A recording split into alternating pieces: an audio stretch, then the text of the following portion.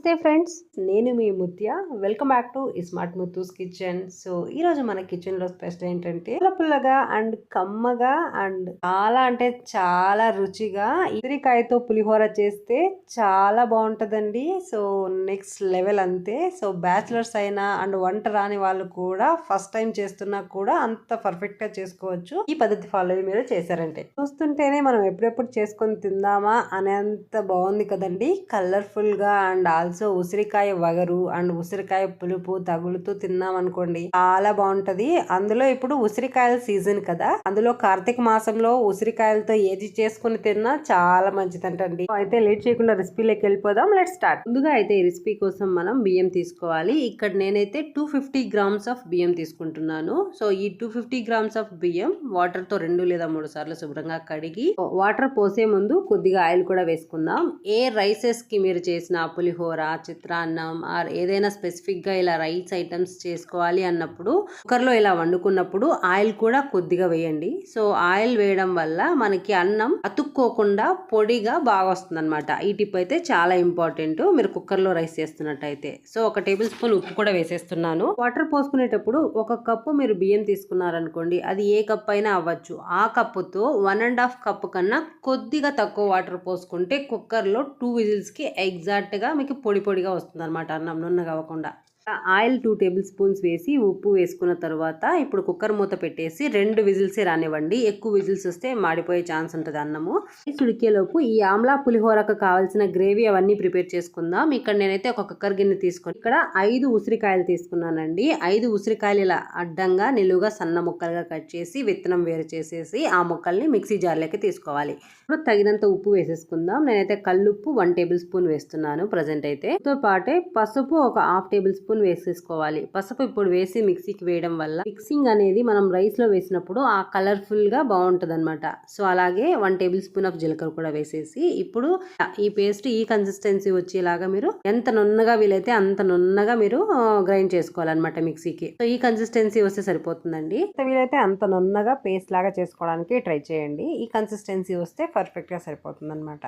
పొయ్యి మీద మనం అయితే రైస్ ఉడికించుకుంటున్నాం కదా. 2 విజిల్స్ వచ్చి నేనైతే విజిల్స్ తీసేస్తున్నాను. సో చూడండి మన రైస్ అయితే ఎంత చక్కగా పొడి పొడిగా కాయ పులిహోరకి కావాల్సిన పర్ఫెక్ట్ రైస్ అయితే రెడీ అయిపోయింది. ఈ రైస్ ని ఇప్పుడు మనం ఒక వెడల్పాటి పెద్ద గిన్నె తీసుకొని సో ఇలా పొడి పొడిగా చేస్తూ ఒక 10 లేదా 20 నిమిషాల వరకు పూర్తిగా చల్లారనివ్వాలి.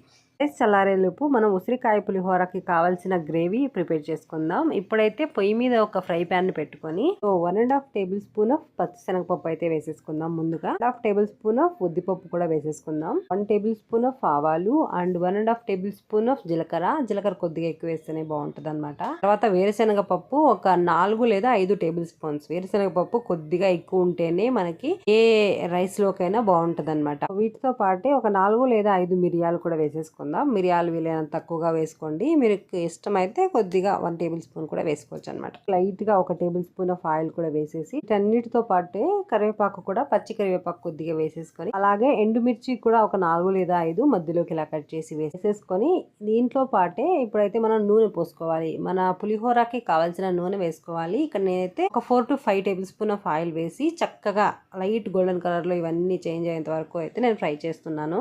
చక్కగా లైట్ గోల్డెన్ కలర్ లో చేంజ్ అయిన తర్వాత ఇప్పుడైతే ఒక 1/2 టేబుల్ స్పూన్ ఆఫ్ పసుపు అండ్ 1.5 టేబుల్ స్పూన్ ఆఫ్ కారం మీకు తగ్గట్టుగా చూసి వేసుకోండి. చక్కగా వీటిని అయితే ఫ్రై చేసుకోవాలి. ఈ కారం పసుపు వేసాక మీడియం ఫ్లేమ్ లోకి టర్న్ చేసుకోవాలి గ్యాస్ ని. ఆల్మోస్ట్ ఇవన్నీ ఫ్రై అయిపోయాయి అనుకున్నప్పుడు ఒక చిటికెడు ఇంగువ, వీడియో క్లిప్ లో చూపిస్తున్న విధంగా ఇంగువ కూడా వేసి చక్కగా కలుపుకుందాం. ఉప్పు చూసుకొని వేసుకోండి ఈ స్టేజ్ లో. అంటే ఆల్రెడీ ఉసిరికాయలు పేస్ట్ వేసేటప్పుడు అక్కడ వేసుకున్నాం కదా, అందుకని నేను ఇక్కడ వేయట్లేదు. ఇంగువ కూడా వేసేసుకున్న తర్వాత మనం పేస్ట్ చేసి పక్కన పెట్టుకున్నాం కదా ఉసిరికాయల పేస్ట్, ఆ పేస్ట్ ని ఇందులో వేసేసేయాలన్నమాట. సో ఈ పేస్ట్ ని ఇందులో వేసేసి చక్కగా ఆ ఉసిరికాయలు పచ్చి వాసన పోయేంత వరకు అయితే మనం ఒక 5 నుంచి 9 నిమిషాల వరకు అయితే లో టు మీడియం ఫ్లేమ్ లో అడ్జస్ట్ చేసుకొని అయితే చక్కగా కలుపుతూ ఉండాలన్నమాట. సో హై ఫ్లేమ్ లో చేశారనుకోండి మాడిపోయే ఛాన్సెస్ ఉంటాయి. అందుకని లో టు మీడియం ఫ్లేమ్ లో అడ్జస్ట్ చేసుకుంటూ ఇలా మధ్య మధ్యలో కలుపుతూ ఈ పచ్చి వాసన పోయేంత వరకు అయితే ఫ్రై చేసుకుందాం. ఫ్రై అయిపోయిన తర్వాత ఇప్పుడు ఒకసారి ఈ మిశ్రమాన్ని టేస్ట్ చూడండి. ఉప్పు తక్కువ అయితే ఈ స్టేజ్ లో వేసేయండి. నేనైతే 1/2 టేబుల్ స్పూన్ ఆఫ్ ఉప్పు వేస్తున్నాను. ఆల్రెడీ వేసుకున్నాం కాబట్టి 1/2 టేబుల్ స్పూన్ సరిపోతుంది అనమాట. ఇది చక్కగా ఇలా బాగా కలుపుకొని చేసుకోవాలి. ఈ స్టేజ్ లో మీకు ఆయిల్ తక్కువైంది అనుకుంటే 3 టేబుల్ స్పూన్ ఆయిల్ వేసి కూడా ఫ్రై చేసుకోవచ్చు అనమాట. నేను వేయట్లేదు, నాకు సరిపోయింది అనమాట. ఈ మిశ్రమం బాగా ఫ్రై అయిపోయిన తర్వాత మన రైస్ పక్కన ఆరబెట్టుకున్నాం కదా చల్లారడానికి, బాగా చల్లగా అయిపోయింది చూడండి, పొడి పొడిగా కూడా ఉంది మన రైస్ ని ఇప్పుడు మనం ఈ పేస్ట్ లో వేసి బాగా కలుపుకోవాలన్నమాట. సో చేత్తో కలిపితే ఇంకా బాగా కలుస్తుందండి. ఈ టిప్ చాలా ఇంపార్టెంట్. గరిటెతో కలిపే కన్నా చేత్తో ఎలాగో రైస్ చల్లగా అయిపోయింది కాబట్టి చేత్తో కలుపుకుంటే ఇంకా చాలా బాగా రైస్ కి పడుతుంది అనమాట. కలిపేటప్పుడు ఫ్రెష్ కొత్తిమీర సన్నగా కట్ చేసి దీనిపైన వేసేసి చక్కగా ఇంక ఇలా కలుపుకోవడమే మొత్తం. ఒక 2 లేదా 3 నిమిషాలు ఇలా చేత్తో కలుపుకుంటే మన ఆ గ్రేవీ అనేది రైస్ కి బాగా కలిసిపోతుంది అనమాట. టేస్ట్ డెఫినెట్ గా యాడ్ అవుతుందండి గరిటెతో కలిపేది లేదంటే చేత్తో కలపడానికి. ఖచ్చితంగా తేడా అయితే మీరే గమనిస్తారు, చూసి ట్రై చేయండి. అండి మన ఉసిరికాయ పులిహోర అయితే రెడీ అయిపోయింది. మీరు కూడా ట్రై చేసి మీకు ఎలా కుదిరిందో కమెంట్స్ లో చెప్పడం అయితే ఖచ్చితంగా మర్చిపోకండి. So thank you so much for watching. మరిన్ని interesting or quick and special recipes కోసం smart Muthu's kitchen YouTube channel ని సబ్స్క్రైబ్ చేయడం మర్చిపోకండి. Thank you so much. Bye. Subscribe for more.